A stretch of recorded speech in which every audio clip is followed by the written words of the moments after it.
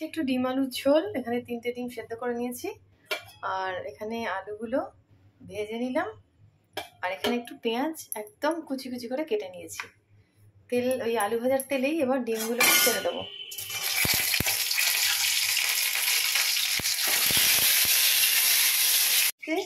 সমস্ত রকম dry spices মিশিয়ে নেবো। একটু হলুদ গুঁড়ো নিয়ে নিচ্ছি, আর একটু জিরে গুঁড়ো নিলাম, আর একটুখানি ধনে গুঁড়ো দেবো, আর দেবো কাশ্মীরি লঙ্কা। এটা একটু বেশি করে দেবো, ওই 2 চামচ মতো। যেটা মশলা দেওয়ার চামচের আমার চামচ আছে, ওটা 2 চামচ মতো। ব্যাস, এটা আমি ডিম ভাজা করতে। এখন ডিম ভাজা হয়ে গেছে, এবার তুলে নেবো। গোটা গরম মশলা রেডি করে নিলাম। এই একটু দারচিনি, 2টি লবঙ্গ, 2টি এলাচ।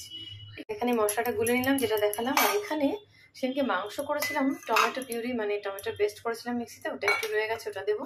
একটু সসও দেবো, টমেটো সসও দেবো। একটুখানি গোটা জিরে দিয়ে দিলাম। গ্যাসের ফ্লেমটা বন্ধ করে দিয়েছি, কারণ গরম মশলা পুড়ে যাওয়ার সম্ভাবনা। এইবার একটু রেডিমেড আদা রসুন পেস্টটা দিয়ে দেবো, একটুখানি দেবো। ব্যাস, 3টে ডিমের। এবার এখানে কুচানো পেঁয়াজগুলো দিয়ে দিচ্ছি। ভাজতে ভাজতে যাতে সফট হয়ে যায়, একটু নুনও পেঁয়াজের উপর দিয়ে দিলাম। এখন লাল লাল হয়ে গেছে। এরপর যে মশলাটা মিশিয়ে রেখেছিলাম, এই যে, সেটা দিয়ে দিচ্ছি। হ্যাঁ, দেখুন কালারটা কি সুন্দর এসেছে। এরপরে ওই টমেটো পিউরি যেটা আছে, ওটাও দিয়ে দিচ্ছি। টমেটো পিউরি কালারটা দেখুন, এটা দিলে তো আরও সুন্দর কালার চলে আসবে। হ্যাঁ, ফ্লেম কমিয়ে দিয়েছি। আস্তে আস্তে মশলাটা ভাজা ভাজা হয়ে এসছে। এরপর 4টে চেরা কাঁচা লঙ্কাও অ্যাড করে দিলাম। ওয়াও, রংটা কি সুন্দর এসছে দেখুন। ভাজা আলুগুলো অ্যাড করে দিচ্ছি। সুন্দর করে মশলাটা মিশিয়ে একটু কষতে থাকবো। তো তেল মশলা যতটা সম্ভব কম, কিন্তু দেখতে কিন্তু খাসা হয়েছে। মনেই হচ্ছে না যে তেল মশলা কম দেওয়া রান্না। কি স্বাদটা দেখতে হবে কেমন। তেল দিলেই যে রান্না ভালো হবে, মশলা দিলেই যে রান্না ভালো হবে, এর কোনো মানে যুক্তি নেই। সেন্সের টমেটো সস আমি অ্যাড করছি। এটা খুব সুন্দর একটা গন্ধ দেয় এবং টকঝাল মিষ্টি একটা ফ্লেভার। ব্যাস, মশলা কষা একদম রেডি।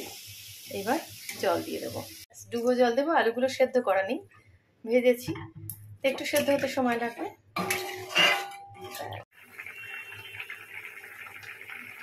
সেদ্ধ হয়ে গেছে। এখান থেকে কয়েকটা আলু তুলে একটু গলিয়ে দেবো, তাহলে এই গ্রেভিটা আরো ঠিক হয়ে যাবে। এগুলো গলিয়ে এই গ্রেভির মধ্যে দিয়ে দিলাম। দেখুন গ্রেভিটা সুন্দর ঠিক হয়ে গেছে।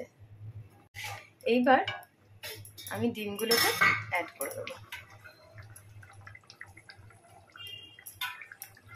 ব্যাস, ডিমগুলো একটু ডুবিয়ে দিচ্ছি। তৈরি হয়ে গেল আমার দারুণ করে টকঝাল মিষ্টি করে ডিম আলুর ঝোল বলুন, ডালনা বলুন, দারুণ। কেমন হয়েছে বন্ধুরা, কমেন্টে জানান। তাহলে চলুন আবার অন্য কোনো ভিডিও নিয়ে আপনাদের কাছে ফিরে আসবো। ততক্ষণের জন্য আসছি। সবাই খুব ভালো থাকবেন, সাবধানে থাকবেন। Thank you.